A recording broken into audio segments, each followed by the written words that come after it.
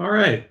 Welcome, everyone, to one of our CEA webinars, CEA, the Certificate of Elections Administration at the University of Minnesota. Today, we're going to talk to Ryan Drysdale, who's the Executive Director of All In, which is, well, Ryan will tell us all about All In here in a minute. Welcome, as always. Please remember that if you want to ask a question, you can do that by clicking on the Q&A feature and writing in the dialog box. I look at all of those questions, or somebody with the CEA team looks at all those questions, and we consider what questions we can ask later on in the program. So do please include those. And if I don't ask your question, it's very likely that it got answered in the course of the event, or there was a duplicate question. So we often will have multiple people asking the same thing. If you want a live transcript of what's happening, you can click the CC, closed caption option. That's also on that introductory page down at the bottom. All right, so the Certificate of Elections Administration program began a while back at the University of Minnesota. Since then, we've had a number of people graduate from the program by obtaining the 12 required credit hours, all in elections administration and elections-related courses. It's accessible all the time. You can do it remotely. You don't have to live in Minnesota. You don't have to come to campus. You can take these classes anywhere in the world. And we've had people that have gone through the program from New York State and Florida and California and all over. So it's available to anyone. It says we have a strong placement record. We have like a fantastic placement record. Frankly, if you go through the Certificate of Elections Administration program at the University of Minnesota, you're probably going to get a job in elections administration, because there are very few people that enter the area of elections administration that have the experience and skills and education that you'll have going in. So it's a great program, and I really encourage all of you, if you're here today, you're probably interested enough to go ahead and take a class and see what it's like. There are a couple of ways that you can participate with our program, which is one, you could either sign up for a full certificate and start the process of taking the 12 hours. And our deadline to do that for the next cycle is January 3rd. Or you can just try out a class. And we teach classes all the time. They're split into full semester length classes and half semester classes. And so pretty much all the time, there's a class that's pretty ready to start, and you can get signed up for those classes. If you want to learn more about the program, you can go to ceaprogram@umn.edu for more information. The admissions program, or the process, is to just fill out an application form, submit a resume, and write a short personal statement, and you can send your applications. It's really easy to find. The way I always do it is I put in CEA HHH, and the HHH obviously is Hubert H. Humphrey, the Humphrey Institute at the Humphrey School at the University of Minnesota. Upcoming classes this fall at the half semester, 2 classes are being taught. One is voter participation. That seems like a very appropriate class to be talking about today with Gina Roberts. It's also, I mean, the timing's perfect for this upcoming election. Obviously, we've got the time prior to the election to talk about voter participation prior, and then we'll have all that data after election to sort of process how that election compares across time, and what it tells us about our country and the sort of state of our democracy. So Gina's teaching that class starting on October 22nd. And then Jennifer Morrell is teaching our physical election security class. Now, I talked about how cool it would be that Gina would have real life examples about, we don't want real life examples of physical election security issues, but I'm guessing that Jennifer will have some to talk about, because there always is something. For instance, yesterday, a whole bunch of elections offices started getting envelopes filled with white powder. I know of 7 states that got those yesterday, and We've been notified that other states were going to get them, but they were found by the United States Postal Service before they were delivered. So that'll probably be a great example that Jennifer could talk about in that class. So great classes that are being offered starting in October that you can sign up for now. All right, let's talk about the All-In program with Ryan Drysdale. So let me stop sharing my screen here so that Ryan can. Ryan, it's all up to you now. Thank you very much for joining us, and tell us all about your program. Well, thank you so much, Judd, for having me here today and for the Certificate in Election Administration program at the University of Minnesota. My name is Ryan Drysdale. I'm the Director of Impact and State Networks at the All-In Campus Democracy Challenge, a nonprofit, nonpartisan program of Civic Nation, which is a 501c3 nonprofit organization. I've worked in nonpartisan voter engagement for the past 8 years. I actually got started in Colorado with Judd and Secretary Wayne Williams at the time doing high school voter registration and helped get a program started. That was one of the first recognition programs for high schools based on the percentage of students registered to vote. That has since been replicated in a few other states. And then I like to say I graduated from high school to college voter engagement, where I am now with All In, and have continued to work with Judd and other secretaries of state on some recognition programs to support colleges and universities, which we'll talk more about later today. But to give you a little bit of a background of All In and who we are, where we are, we were launched in 2016, so 8 years this year, and we support over 1,070 campuses. It's growing almost every day, which is always fun to see that number go up, and always having to go find slides to update that number in. And we support colleges and universities in all 50 states, including the District of Columbia. And a high-level overview of our theory of change before I talk about what we specifically do to support colleges and universities to increase nonpartisan democratic engagement, which we define as civic learning, political engagement, and voter participation.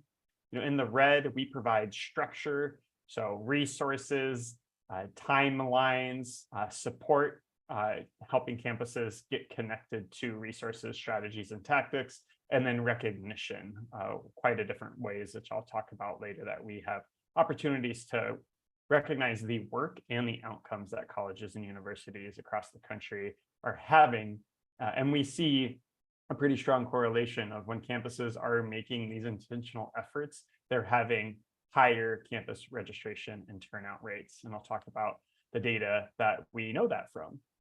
And then as we work with campuses, they really commit to this work. They continue to learn from it and improve, and aren't just doing this work in an episodic nature. As we know, happy National Voter Registration Day, should have started at that on the top. There's a lot of interest starting in August through Election Day in even numbered years, especially presidential years. But what are we doing in March of 2025?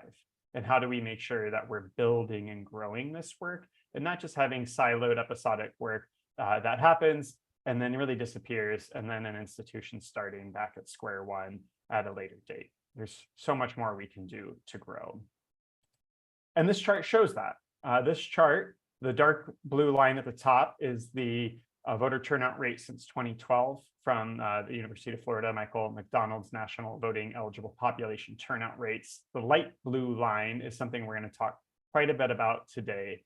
This is college student voter turnout rates from the National Study of Learning, Voting, and Engagement. That is NSLVE. We all collectively refer to it as NSOLV. It is a FERPA compliant free study at Tufts University that has more than 1,200 colleges and universities representing more than 10 million students, more than half of college students across the country. That, in short, matches the enrollment data that colleges and universities collect through the National Student Clearinghouse with the public voter file, gets that data matched, de-identifies it, so there's no personal identifiable information. And then every 2 years, about NSOLV will share a report with campuses that have authorized the study, showing their campus voter registration and voter turnout rates. I'll have some examples of that to talk about later.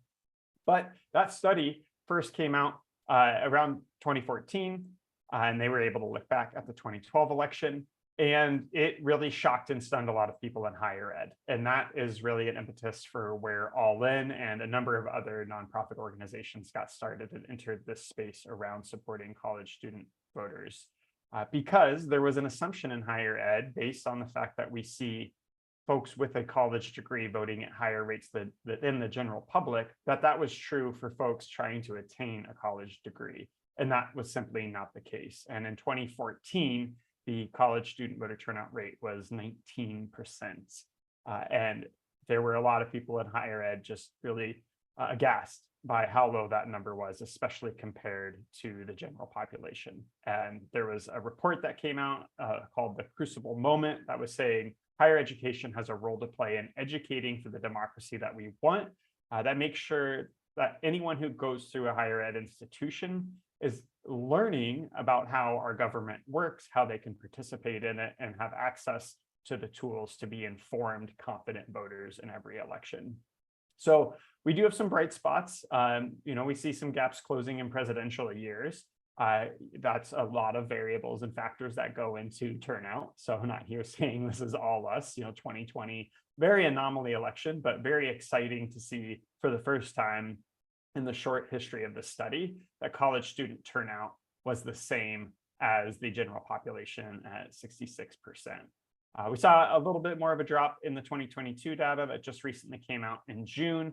Overall, that turnout is still 12 percentage points higher than in 2014, when were not as many intentional efforts on college campuses to reach college student voters. So the trend line is going up. And we're really excited to see where that line goes. But it also shows there's still a lot of work to be done. And as I talk about All In and the ways we can work with, if you're from a campus here today, or you are a local election administrator, you work with a nonprofit, there's room at the table for everyone, and we need everyone involved in this mission because we're not going to close this gap in one election cycle, and it will take sustained work to maintain the gains that we do see. So kind of talked about big picture, why we got started. I'm going to talk about how a campus gets engaged with All In and some of the resources and partnerships we have to support campuses through this work. So it's relatively simple. First, someone on campus needs to become the primary contact. This is faculty, staff, administrators, any campus employee. And we want to note, yes, we want to work with students. Students need to be involved in this work. There's an organizing principle of nothing about us without us. We also know that students transition through institutions at a much faster rate. Hopefully they are not staying on campus too long and they're matriculating off to other opportunities in their life. And there's still turnover in higher ed for faculty and staff, but having that commitment from those people at the table that often have access to different resources, financial resources, the ability to use institutional branding, getting you access to maybe the college president or a provost. So having those stakeholders bought in, because if only students are organizing this work on campus, they're only going to be able to get so far and accomplish so much. So we want to make sure we're bringing folks with positions of power and influence to the table to institutionalize this work so it becomes a part of the campus culture. And I should note here, there is no cost for a campus to sign up or participate. So everything I talk about today is free of charge for a college or university to participate in.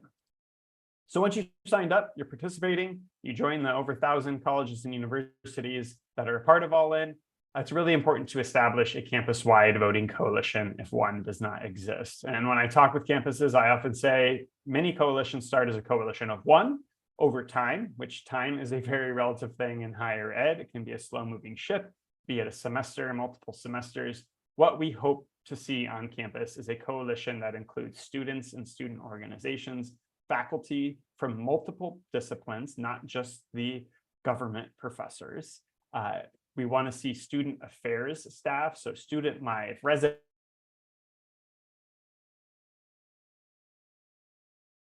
life, facilities management, examples of doing programming or having pop-up tents with QR codes to register in cafeterias. Having all of those different stakeholders at the table And there's great partnerships we have with athletic departments, the Office of the President. I could go on and continue to name so many other stakeholders on campus that need to be involved. All of these folks don't need to be in every meeting and a part of every decision. There's different structures you can have with executive committees, but having those relationships in place. So today's National Voter Registration Day, and you're a campus that has a lot of activations going across campus, you have the resources and opportunities in front of you to have as big of a reach and impact as possible. And that takes building those relationships over time. And now is a great time. A lot of people are interested, saying, hey, how do we get involved and support this? Do that recruitment, get folks into a campus voting coalition, and then work on a leadership succession plan. Because unfortunately, then we see someone who's leading this work retire, leave the institution, change roles, and things can start to backslide. With that intentional leadership succession plan, you can keep building on this work year after year. The third one is one of the most critical parts of our program is developing an action plan. This is your strategic plan, and there's a lot of research out there that shows the benefits of developing plans, creating goals, leading to better outcomes. We see a correlation with campuses that continue to develop action plans, having higher turnout rates. Something's working. We aren't shocked to see that, and we want to continue to do more analysis to see what are some of the factors that might have a bigger play there. One reason this is really beneficial, that continuity, that is a theme I've already been talking about. I've been meeting with campus folks throughout this semester who are new in their role, and the predecessor has left the institution, and they say, hey, where do I start? If their campus has a well-written action plan, they get all the briefing they need to continue on that work. If they don't, we're starting that square one and building it. On the left is a document called the Strengthening American Democracy Guide. It's in its 4th edition, created by a number of nonprofit organizations with input from campuses and others, that breaks an action plan down into 9 sections with guiding questions and information that campuses can include in that action plan. The all-in team will then review each action plan based on a rubric from the Strengthening American Democracy Guide. So an action plan can have a score of 36 possible points. We train individuals to read and review these action plans, provide feedback, and score them, which can be a great opportunity if you're a local election official and you want to learn more what your campus is doing in your area if they have submitted an action plan. And then we put all that, we average those scores, put all that feedback together, share that with campuses that they can then incorporate into their plan to continue to strengthen it.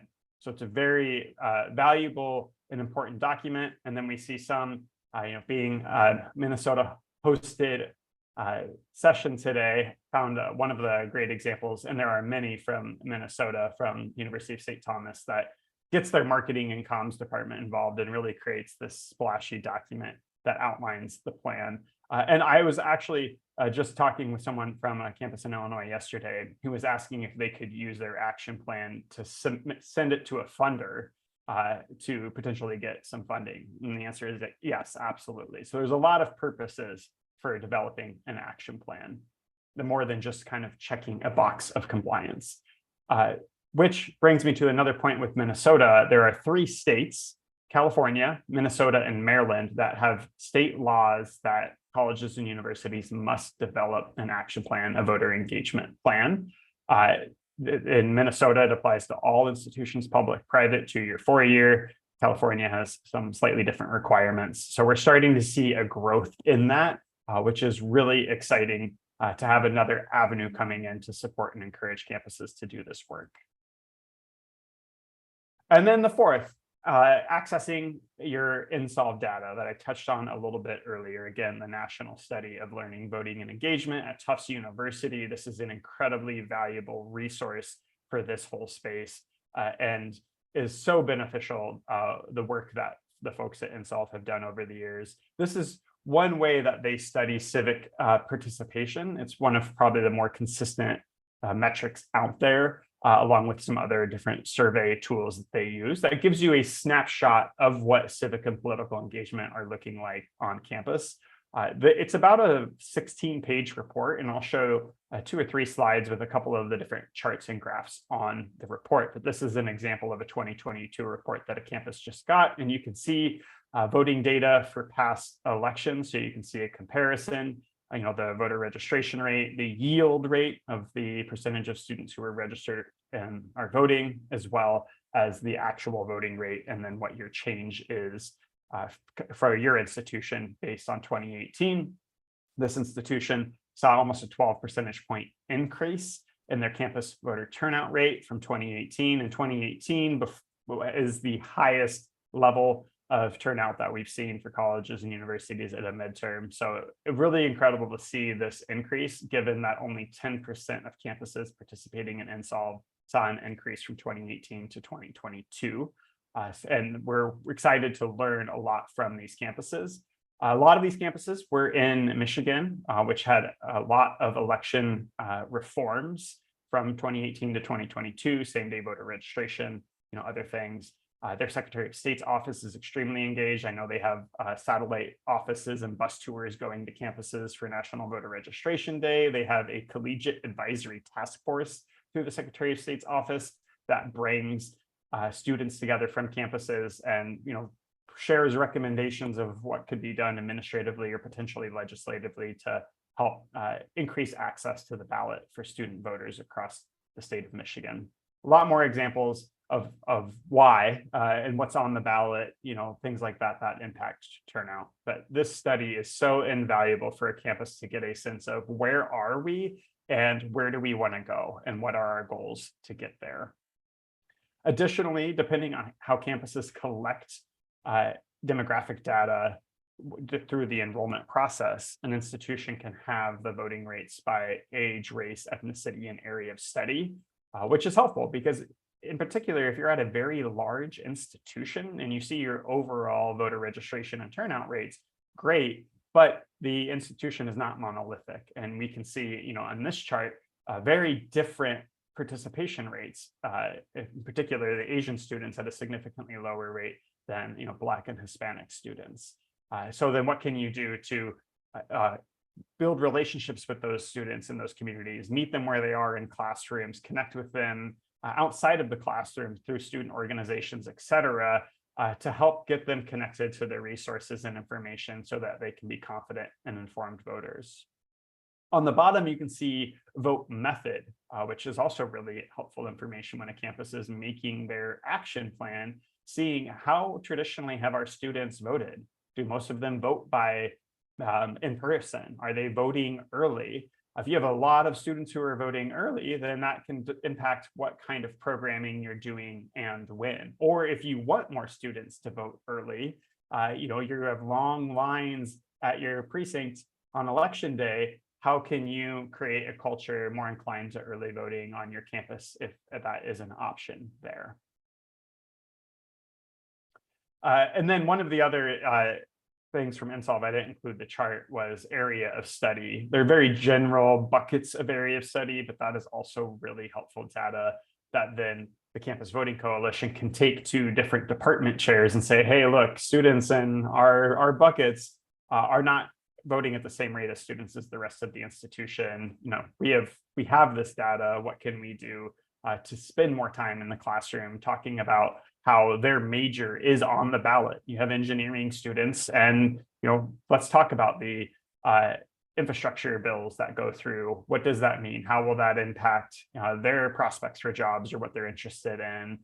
You want to talk about national debt and deficits with economic students. There's so many ways to connect to the issues on the ballot. So recognition is the third part of that theory of change of support, structure, and recognition. And there's a variety of ways we do it. Some of it is based on that Insolve data. So the seal on the left, you can see the platinum seal campuses can earn based on their voter turnout rate for that election, based on the Insolve data that they submit to us. We'll share a seal of recognition with them. We have some campus contacts who include that seal in their email signature because they're extremely proud of it, posting on their website, on social media. It is just a digital seal. There's no value attached to it. It's not an incentive or anything. It's simply a recognition of what they have accomplished. There is the blue. The dark blue one is a highly established action plan seal. I mentioned an action plan can score a total possible of 36 points. If the action plan is scored at 31.5 out of 36 possible points, it's a very strong action plan. We want to recognize that for campuses. Almost 200 campuses so far this cycle have received the 2024 highly established action plan seal. The most engaged campuses for college student voting recognition will announce in the days after the election, and that goes to any campus that has submitted a 2024 action plan, submitted their 2022 install data to us, and their president has signed a commitment striving to achieve full student voter participation. We've had more than 700 college presidents, chancellors, and provosts sign that commitment since 2020. And so we want to have that recognition for the effort they're putting into it, as well as the results that they're seeing. And then the student voting honor roll. Every spring, each institution participating in All-In can nominate one student to be on the All-In student voting honor roll. And that's a great way to recognize the students for the work that they're leading and doing on campus. And so partnerships are really important to the work that we do. We're a team of 5 people working with more than 1,000 colleges across the country and have developed a lot of really meaningful partnerships over the years. We have relationships with 12 secretaries of state, and almost all of those include a recognition component. The Michigan Collegiate Voting Challenge is one of them, where the Michigan Secretary of State's office will give recognition to colleges and universities based on their install voter turnout data. And it's really a fun way to connect campuses directly with those state election officials. And we've seen a lot of great things develop from that over the years. I've already mentioned a few of them out of Michigan, and there's a number of states that are doing some really unique work to connect with and to support college student voters. We also have relationships with 15 athletic conferences from D1 to D3. Big Ten Voting Challenge was one of the first ones to launch.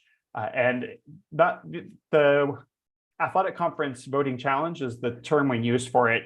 Sometimes I think it's a little misleading. There is a challenge aspect to see which campus wins. When it is a challenge across many different state borders, it means a little bit different because you're operating under different election laws. There are some athletic conferences like the Ohio Athletic Conference where all of them are in Ohio. But more importantly, these are communities of practice. They're learning communities where the contacts on these campuses doing this work about once a month meet with their peers at these other institutions and work on different ideas. What challenges are you facing? What strategy or tactic did you use that really worked? And building those relationships.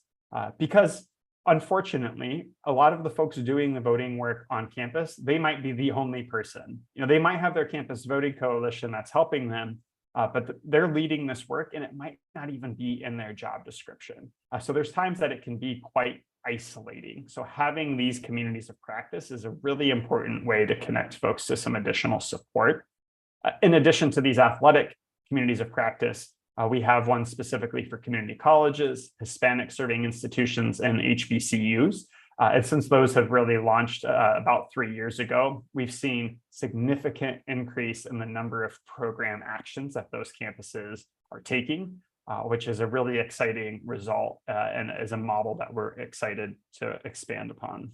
And I've talked about the president's commitment to full student participation and the number of signatories we have there. Civic holidays are really important. We're in the midst of one right now with National Voter Registration Day. I think these are one of the great opportunities for campuses and local election officials to work together, and there are many, and I'll talk about a few more later. But these are typically some of the big events that are happening on campuses leading up to the election, and the opportunities for partnership are really vast, from being on campus today, which hopefully I think a lot of folks are, helping to register students to vote on National Voter Registration Day. National Voter Education Week is October 7th through October 11th this year. And there's a lot of different activations, not only from checking your registration status and requesting your ballot, but also researching your ballot, making your plan to vote. Are you planning to vote by mail or in person? Are you going to vote early or on election day? How are you getting there? When? A lot of research has shown the more specific of a plan you have to vote, the more likely you are to follow through on that, as well as encouraging others in your personal network to take these same actions and check that they are registered to vote and that they have a plan to vote. And so there's a lot that can happen around voter education, of explaining how the process is of when someone submits an application to be registered, to getting their ballot and having their ballot counted, to the risk limiting audits that Colorado and other states do after the fact. There's such a great opportunity to work with students to help them have a better understanding of how the election process works, to build more faith and trust in that in the long run too. Another one that I think a lot of, at least anecdotally, I've heard a lot of local election officials are happy about is vote early day, trying to get more of those ballots in before election day to take a little bit of the pressure off of those lines and those timelines on election day. That is October 29th this year. So I think the 4th year that National Vote Early Day has been in existence, and there's a lot of celebration that can happen there.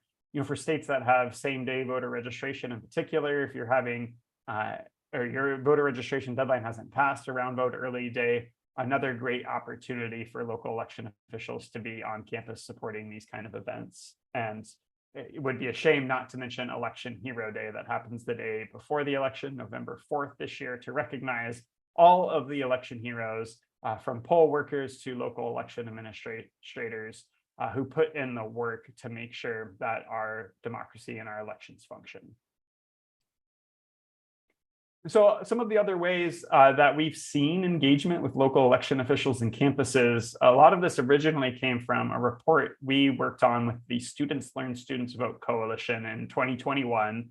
We did a survey. We had 100 responses from local election officials and 100 responses from campuses, trying to get some ideas of how they work together. What are some of the pain points? One of the resounding responses was that everyone who responded wanted to work more with the other. And they really didn't care how that relationship started, whether it was an email, a visit to the office, on social media.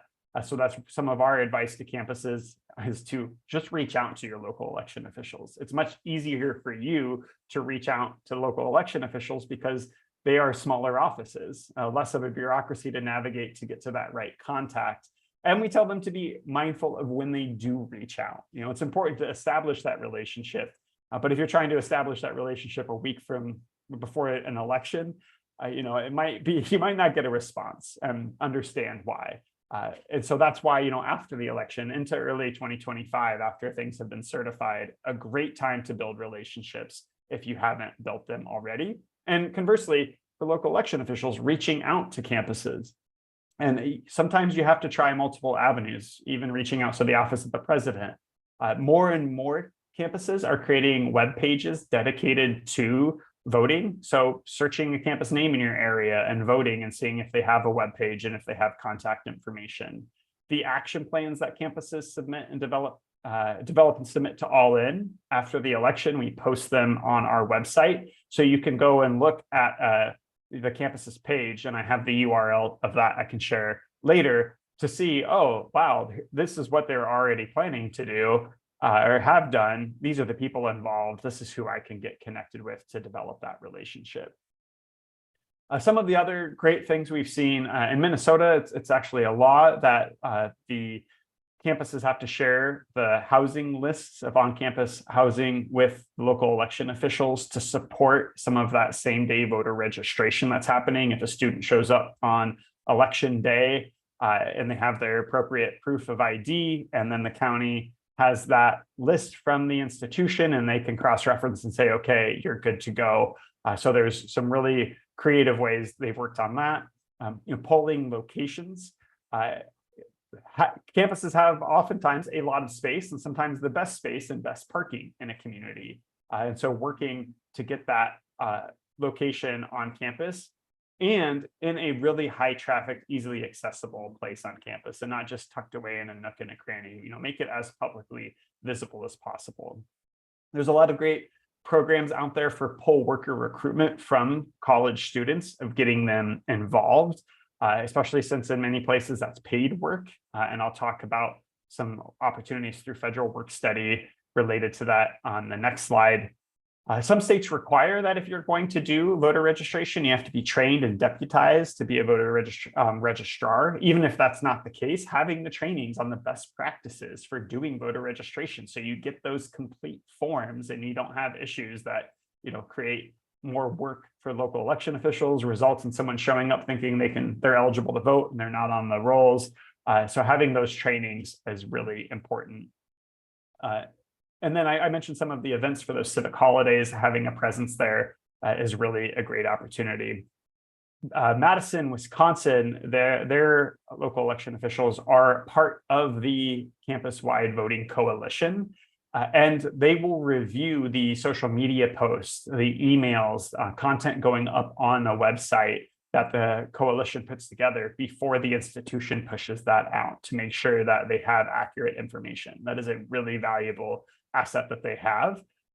And we see there's more and more internship opportunities coming up with local election officials that can be filled by students to provide extra capacity, technological knowledge, social media design, et cetera.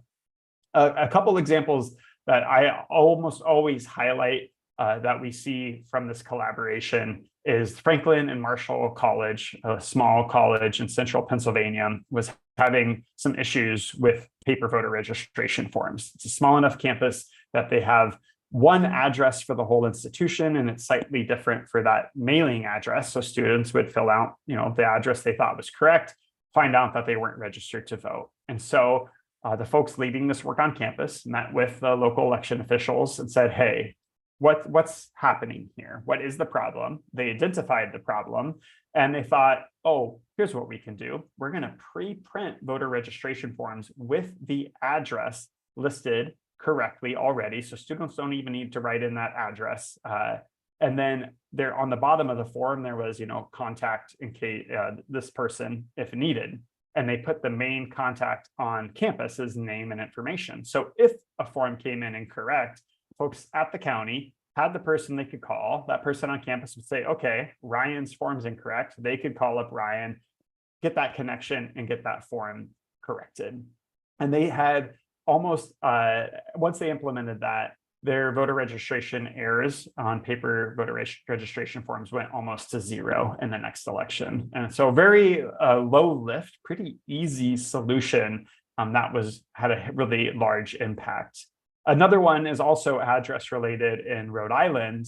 And there were issues with two different residence halls right next to each other having different addresses and a similar issue with that confusion. So the campus got together with the local election officials, the Department of Public Works, and the United States Postal Service. And since they owned the land and there was already a service road between the campuses, they just made it an official road and changed the addresses around a little bit.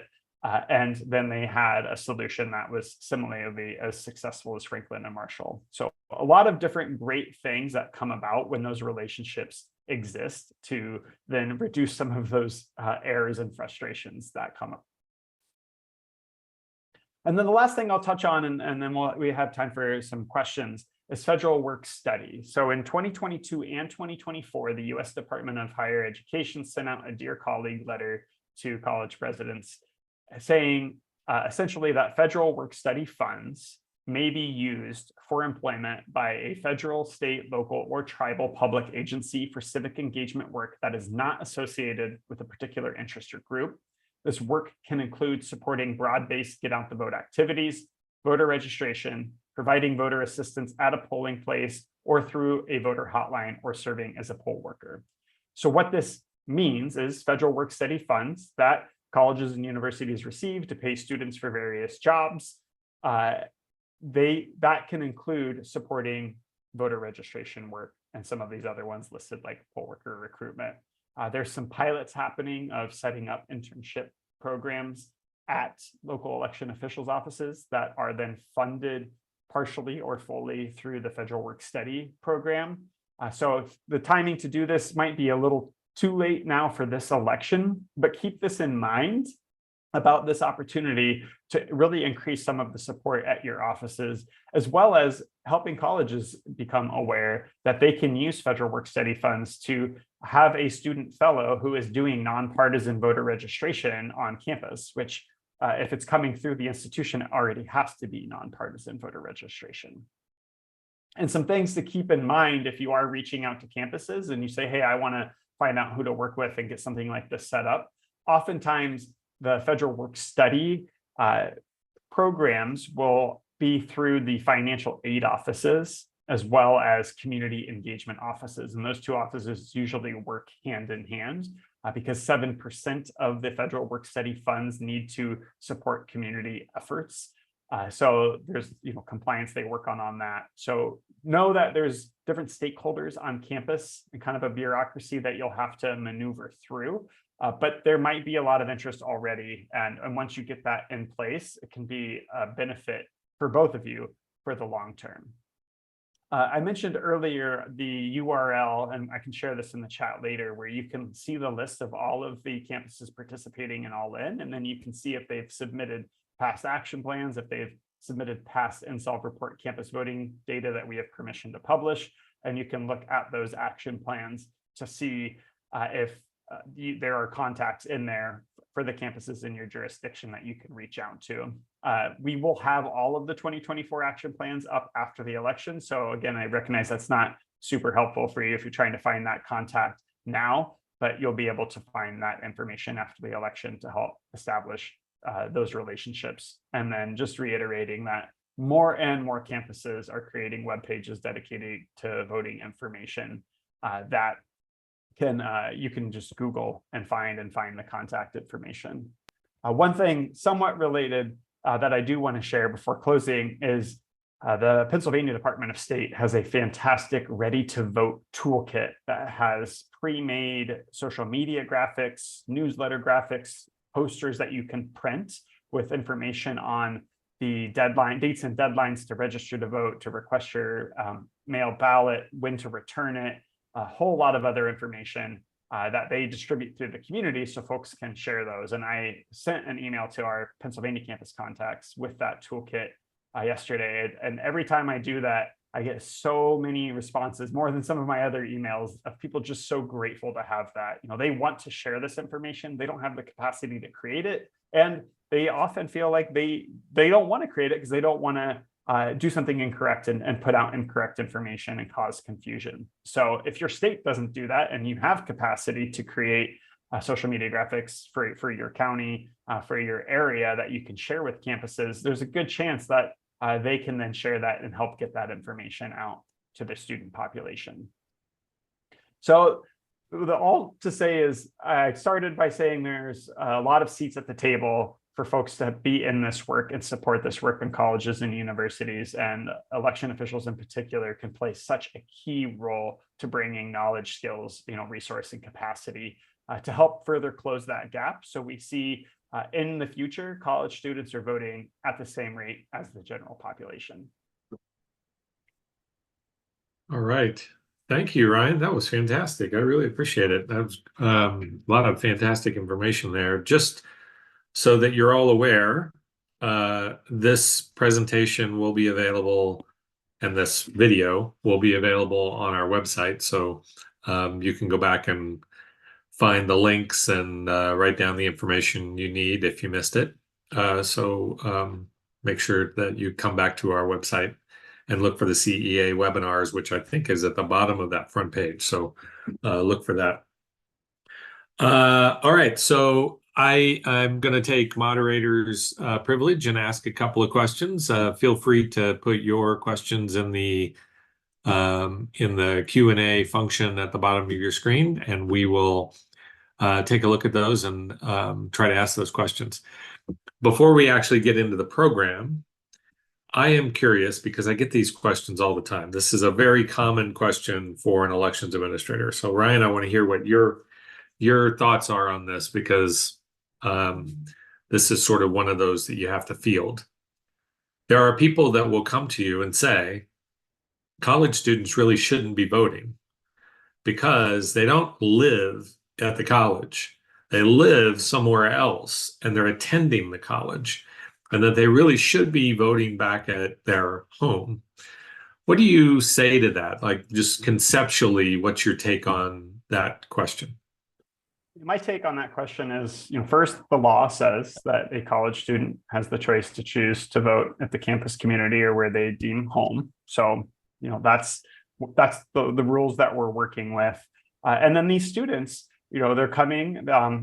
Many of them are working, so they're paying taxes in that community. They are a part of that community. I know there's a lot that can go on with town and gown relationships, as it's referred to, but you cannot pull a campus community outside of that town and consider it entirely a separate entity. These students are part of that community, whether they're only there for a few years or for a lifetime. There are 30, 40-year-olds that could move to that community, live there only for 2 years and move on. Should they not be encouraged to participate as well? Do you need to have a 3-year-long residency before you can participate and vote in an election? That doesn't seem fair. It seems like we're being exclusionary to these younger people. And I think we should really focus on, we want to educate these young people for the democracy that we want and that higher level of democratic participation, not just in elections, but running for office, staying engaged in issues between elections,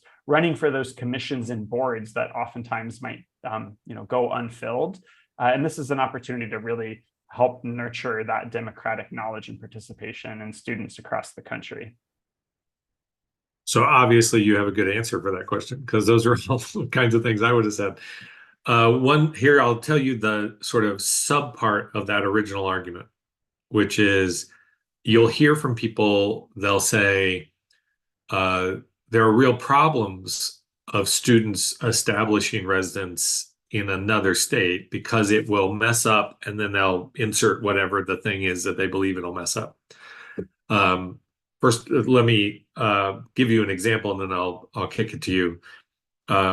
In all the years I've been doing this work, I'm actually only aware of one instance in which that was a real thing, and that was a handful of students who were members of a native tribe in Utah, and they had a scholarship, and the scholarship required that they continue to be residents on the tribal land. And it was both because they wanted to maintain that identity, but also it was really important to the tribe that they had a population, and that the like census and so forth would understand the importance of that population in that local space. So they established that scholarship based on that. But that was like 6 kids, and it was years and years ago. That's the only example I can come up with. Have you heard this argument before, and what do you say to it? I have heard the argument before, and a lot of times the insert this is, you'll lose financial aid, you'll lose scholarship, your insurance if it's tied to your parents, things like that. I have not, in my 8 years in this work, heard of an example of where that's happened. The only time I have is when you've shared that story with me previously, actually. So I think there's a lot of misconception and misinformation about the impact on your voter registration and your access to scholarships. Okay. Okay, those were the lousy questions. Let's do the fun stuff. Okay, so I have a good one for you. Is it true that Taylor Swift has totally blown National Voter Registration Day out of the water by linking to vote.gov in her social media posting that she did last week? Did she mess up our data for this upcoming election by being so, enthusiastic a week before National Voter Registration Day? That's a really good question of, how much do we want the data to fall on one particular day versus how much do we want the registration to happen, period. And I think if we get to a point where National Voter Registration Day is barely a blip on the radar in terms of the number of registrations that come in, because we already have such high registration rates, there might be a way we could retire National Voter Registration There you Day. go. And we have that philosophy a lot in nonprofits. How do you work yourself out of a job? How do you work your program out of existence? I hope in 15 years, All-In doesn't need to exist because every college and university has such high registration and turnout rates, and it's really solidified in there. So when does it make it potentially harder for certain partners who are trying to report their metrics about National Voter Registration Day? Maybe it means you just expand the bounds a little bit to incorporate more time. I know a lot of campuses are doing events specifically today, but they're doing events all week. They've been doing a lot of voter registration during new student orientation and student move-in, so they might get a lot of their metrics on that front end as well. And I think slightly related, there's a few Secretary of State's offices that do voter registration competitions they call ballot bowls. And I've been on some calls where campuses will say, well, we already have a high percentage of students who are registered to vote, and our students coming on campus are already registered to vote because we have pre-registration in our state.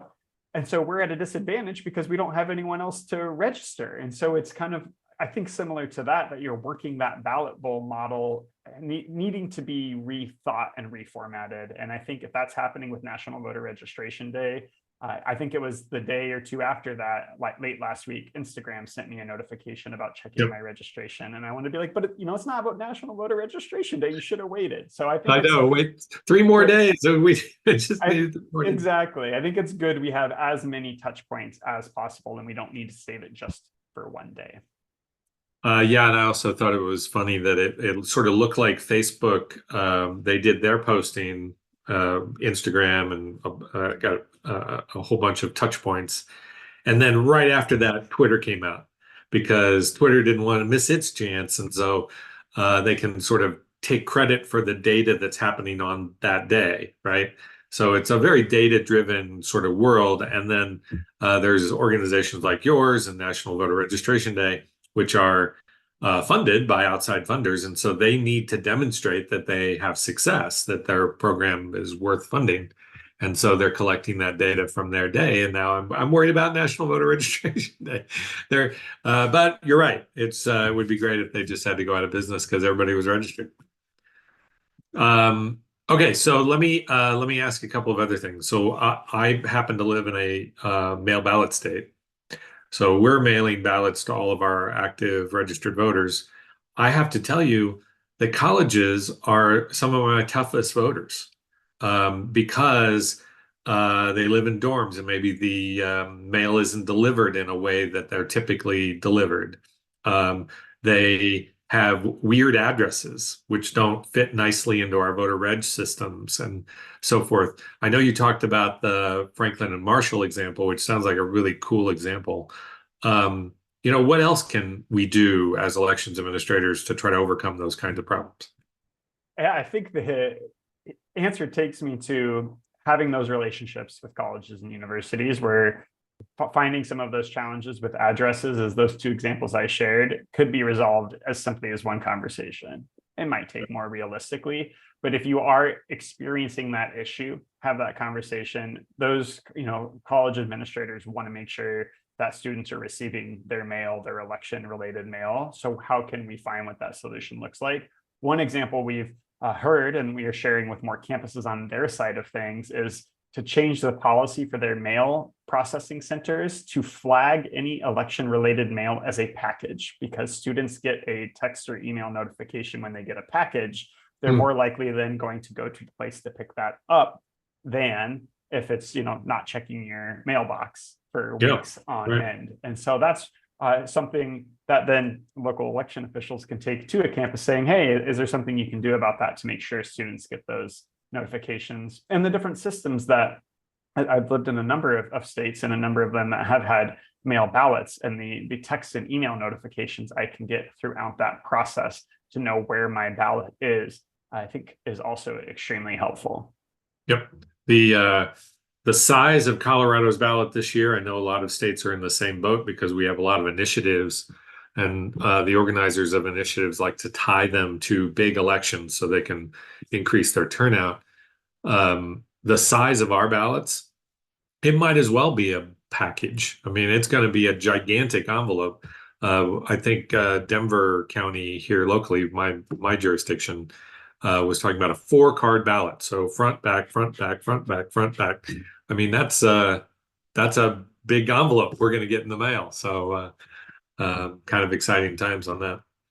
And I think that quickly to that highlights the importance of that voter education relationship that can come of then having those events on campus of here are the 8 initiatives and what they are, what they mean, and having panels and explanations because you're 19-year-old, your first time voting, and you get that form, it can feel overwhelming. And that's something we've heard from students often. And it looks like a standardized test, and you're coming through the system of it's a standardized test, and there's a right answer and there's a wrong answer. And so you're like, you know what, I'm just not even going to vote on that one down ballot. We see a lot of down ballot drop off for younger voters, which, it's good they're starting the process, and over time they'll vote for more of those. But when that voter education can come in to help people understand what's on the ballot and why it's important to be voting for your water district or your judges, taking some pride in that. And once voting is habit forming. We see young people, if they vote in 3 consecutive elections, they're very likely to become a lifelong voter. They're going to experience more than 3 elections on campus, even if they're at a 2-year institution when you throw in primary elections. Absolutely. All right. Well, hey, this has been fantastic, Ryan. I really do appreciate you joining us. And if it is National Voter Registration Day, so please do get out and do what you can to get people registered to vote, notice people about the upcoming election. As soon as we're done here, I'm going to our biggest high school in Denver to do a big voter registration get together with high school students. And then in the afternoon, I'll be at my daughter's high school, which is a much smaller high school, but much closer to do an event at her school. So this is the great day to go out and do that work and to become involved. And then my suggestion is pay attention to how your colleges are doing. Ryan and his team keep great data on how various colleges are doing in your state, and you can really kind of understand how your colleges and your local communities can do better along those lines. I'll just note that we passed a law recently requiring drop boxes on a number of our campuses in the state of Colorado. I was blown away to learn that there were 73 colleges in Colorado. How could it possibly be that we have 73 colleges? But we do. And it's turns out there are a lot more than you might imagine. So look into that. There's certainly possible areas of synergy for you as well. Thanks again, Ryan. Really appreciate it. Let me put up our screen so that you can see the information about our program. So just a reminder that, well, that was what we did today. See, there he is right there. And you can still join our CEA program, takes classes at the University of Minnesota. It's a fully online program. You can take 12 courses to get the certificate, but you can also just take individual classes if you'd like. So to get signed up for the full certificate and start taking the classes to get the 12 hours, you can do that by January 3rd. Just go to that CEA program at the University of Minnesota.edu. So CEA program at umn.edu. And just upcoming here in October, we have 2 classes, voter participation with Gina Roberts from the Citizens for Clean Elections Commission in Arizona. And then Jennifer Morell, the rockstar physical and cybersecurity expert from the elections group, who's going to talk to us or teach a class about physical election security, also starting in October. So if you want to sign up for one or both of those classes, you can do that. Just go to our program at the University of Minnesota, and there's some ways in which you can contact us. Thanks again for joining. We really do appreciate it. We'll be along here in a couple of months with another webinar, probably about the 2024 election and what happened and how we're all recovering, whether we're sleeping again. So look for that soon. Great to see everybody, and we'll see you soon.